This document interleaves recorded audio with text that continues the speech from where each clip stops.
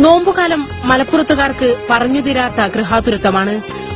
ആത്മീയതയും മതസൌഹാർദ്ദവും ബന്ധങ്ങളും അരക്കിട്ടുറപ്പിക്കുന്ന ഒരു മാസം.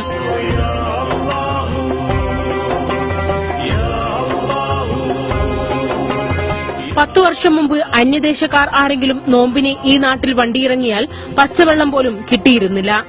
കാരണം നോമ്പുകാലത്തെ അതിന്റെ എല്ലാ പരിശുദ്ധിയോടെയും കാത്തുസൂക്ഷിക്കാൻ മറ്റു മതസ്ഥരും ആവുന്നത്ര ശ്രമിച്ചു.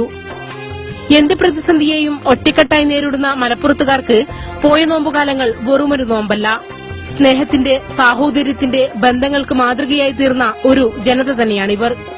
ഈ നോമ്പുകാലത്ത് മലപ്പുറത്തിന്റെ വിവിധ ഭാഗങ്ങളിലൂടെ സഞ്ചരിച്ചപ്പോൾ ഒരു കാര്യം മനസ്സിലായി.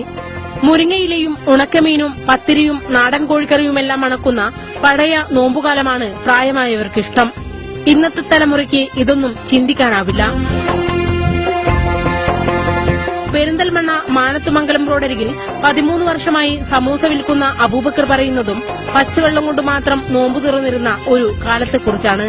എല്ലാവരുടെ വീട്ടിലും സമൂസയും ബത്തക്കയും ഫ്രൂട്ടും മറ്റുള്ളതും മറിച്ചുള്ളതും അങ്ങനെയല്ലേ സാഹചര്യമായി മാറി.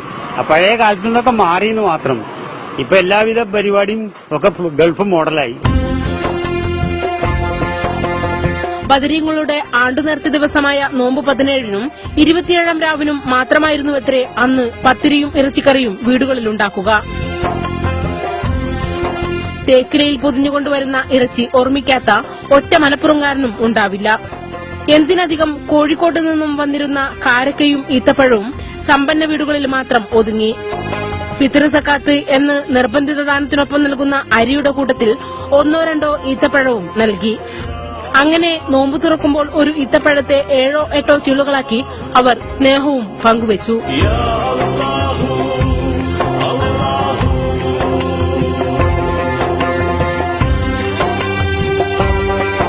നോമ്പുകാലത്തെ വരവേൽക്കുന്നത് ഇവിടുത്തെ മുൻ തലമുറയ്ക്ക് 3 മാസത്തോളം നീളുന്ന പ്രക്രിയയാണ്.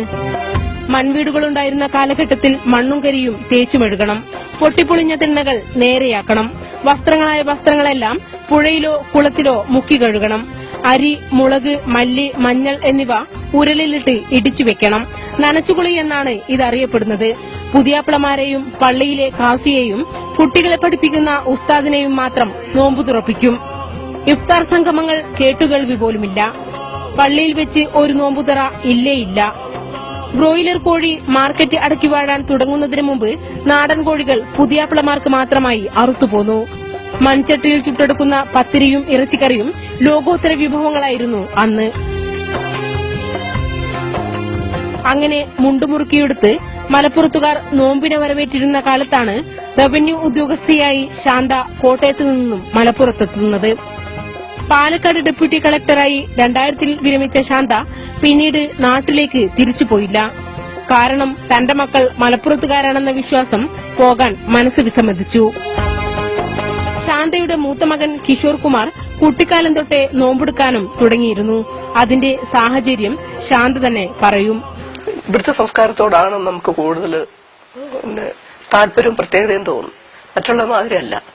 സ്നേഹിക്കാൻ അറിയാവുന്ന ഒരു ജനസമൂഹമാണ് മലപ്പുറം എന്നുള്ളതിന് യാതൊരു സംശയമില്ല. അതല്ലേ കേരളത്തിന് തെക്കുന്നൊക്കെ ഉദ്യോഗസ്ഥരായിട്ട് വന്നവർ അവരൊക്കെ തന്നെ ഇവിടെ വീടുകൾ വെച്ച് അധികം താമസിക്കുന്നില്ല. പിന്നെ അതെന്ന് വെച്ചാൽ ഈ മതത്തിനധിഷ്ഠിതമായ ഒരു പ്രത്യേകമായ ഒരു സംസ്കാരം ഉള്ളത് കൊണ്ടാണ് മനുഷ്യരെ സ്നേഹിക്കാൻ കഴിയും.